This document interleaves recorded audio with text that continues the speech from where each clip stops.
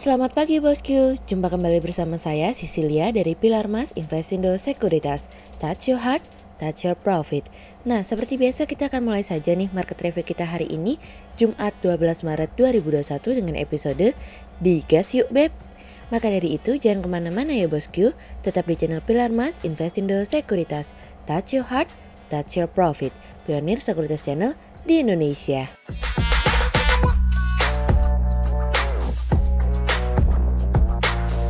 Seperti biasa kita akan mulai dari Global Economics Calendar. Ada berita dari US Mortgage Applications yang turun dari sebelumnya 0,5% menjadi minus 1,3%.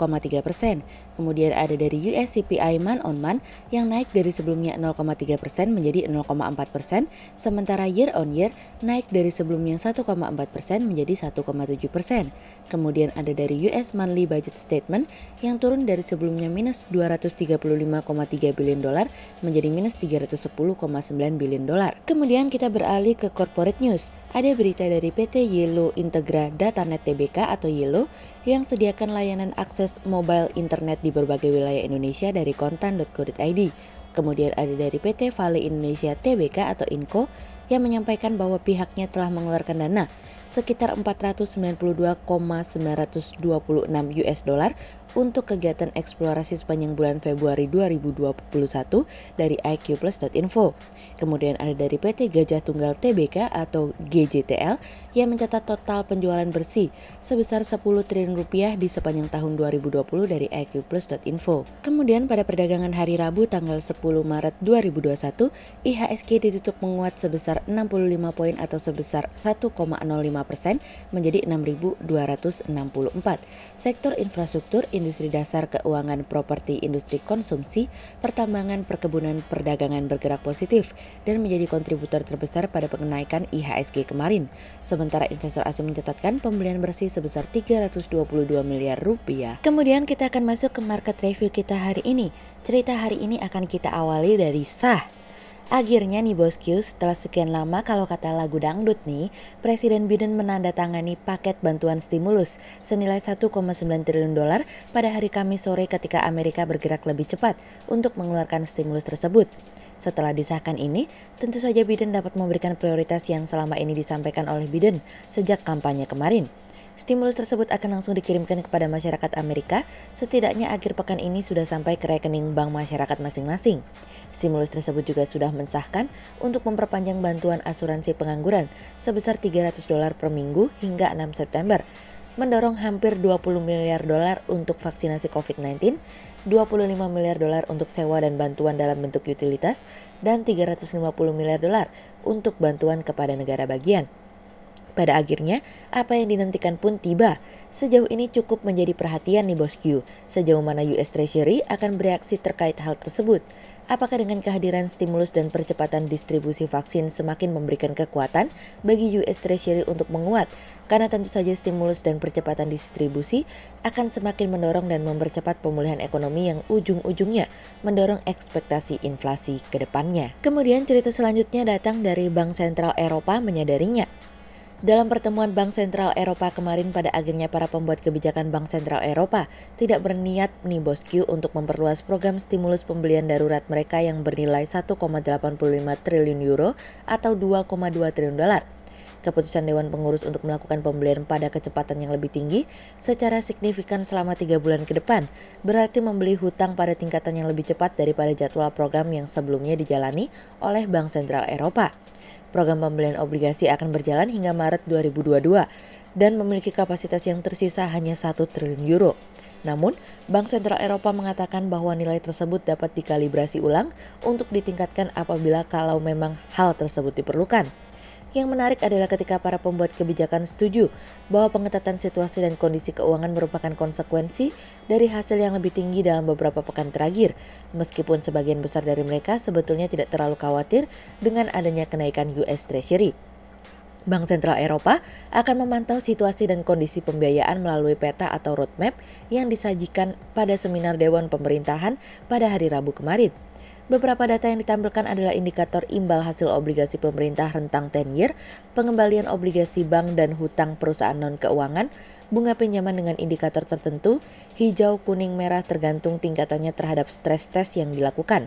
Sejauh ini sebetulnya Bank Sentral Eropa bisa saja menaikkan pembelian dari sebelumnya 60 miliar euro menjadi 80 miliar euro per bulan di sepanjang tahun ini. Namun kami cukup senang bahwa Bank Sentral Eropa akan meningkatkan kecepatan program pembelian obligasinya apabila diperlukan sudah merupakan lebih dari cukup untuk membantu menenangkan pasar. Kemudian cerita selanjutnya datang dari ganjelan. Penerimaan pajak yang turun pada tahun 2020 menjadi perhatian pelaku pasar. Namun, fokus kali ini adalah untuk menutupi potensi shortfall pada tahun 2021. Pemerintah akan mengambil langkah memperluas pengenaan pajak. Pemerintah akan mengejar setoran pajak dari sektor usaha makanan dan minuman, farmasi hingga alat kesehatan. Dalam laporan kinerja Ditjen Pajak Kemenkeu 2020 menyebutkan rencana aksi tersebut antara lain merujuk kepada pertama, industri makanan dan minuman termasuk produk sawit, produk makanan kesehatan seperti sarang burung walet dan produk pakan ternak. Kedua, industri farmasi antara lain obat herbal atau tradisional. Ketiga, industri alat kesehatan yakni alat pelindung diri atau APD, masker termasuk juga alat olahraga seperti sepeda. Ditjen Pajak menimbang ada beberapa hal yang melandasi potensi pajak dari ketiga sektor tersebut yang termasuk dalam industri manufaktur. Pertama, memiliki kontribusi produk domestik bruto yang besar, kemudian kedua nilai potensi dan tax gap yang cukup signifikan, dan yang ketiga memiliki ability to pay yang tinggi. Hal ini sejalan dengan perbaikan kinerja yang terindikasi dari peningkatan PMI Manufaktur Indonesia pada Januari lalu berada di level 52,2, meski pada Februari turun jadi 50,9. Namun demikian penerimaan dari sektor pengolahan pada Januari lalu minus 4,27% year on year. Angka tersebut menunjukkan pemulihan dari posisi kuartal 4 2020 yang minus 28,76% year on year. Pertumbuhan penerimaan pajak sektor manufaktur pada bulan lalu merupakan kedua terbaik setelah sektor informasi dan komunikasi yang naik 6,28% year on year. Pelaku usaha cukup mengapresiasi upaya pemerintah yang sejak tahun lalu memberikan stimulus kepada industri seperti keringanan bea masuk ataupun pengurangan pajak untuk sektor tertentu dan juga PPh untuk karyawan. Namun selama daya beli dan supply chain masih belum berjalan normal, pengenaan pajak pada pelaku usaha dapat menghambat laju ekspansi, sehingga hal tersebut dapat saja memberikan tekanan pada pemulihan ekonomi yang lebih cepat. Sehingga berdasarkan technical analisa, kami melihat saat ini IHSG memiliki peluang bergerak menguat dan ditradingkan pada level 6.184 hingga 6.325.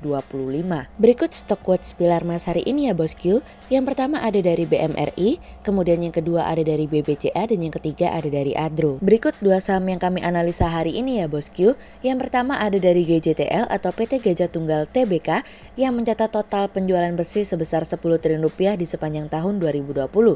Di tahun 2020, perusahaan membukukan penjualan sebesar 10 triliun rupiah atau mengalami penurunan 15,71% jika dibandingkan dengan tahun sebelumnya yang mencatatkan sebesar 15,939 triliun rupiah.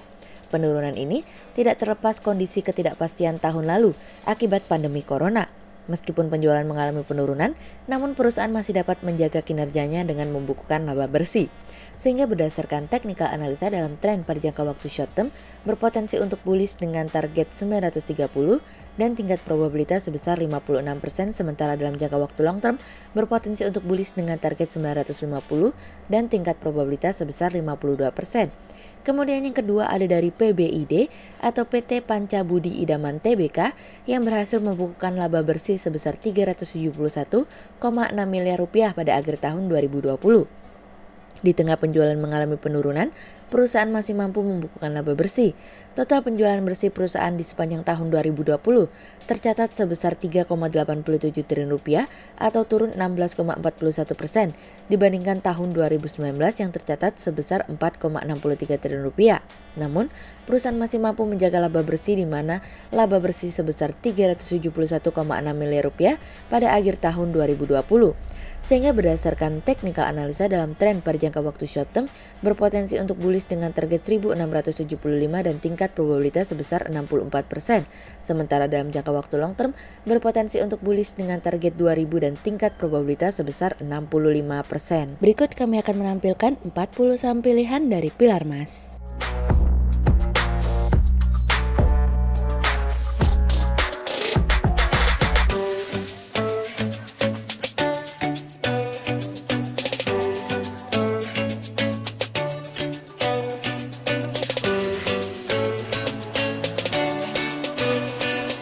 Sekian untuk review market kita kali ini ya bosku. Untuk info lebih lengkapnya bosku bisa download PDF dengan klik link di bawah video ini, atau bisa juga langsung akses ke website kami di www.pilarmas-investindo.co.id. Dan jangan lupa untuk selalu jaga kesehatan buat para bosku ya. Kita akan bertemu lagi besok pagi untuk market review yang berikutnya.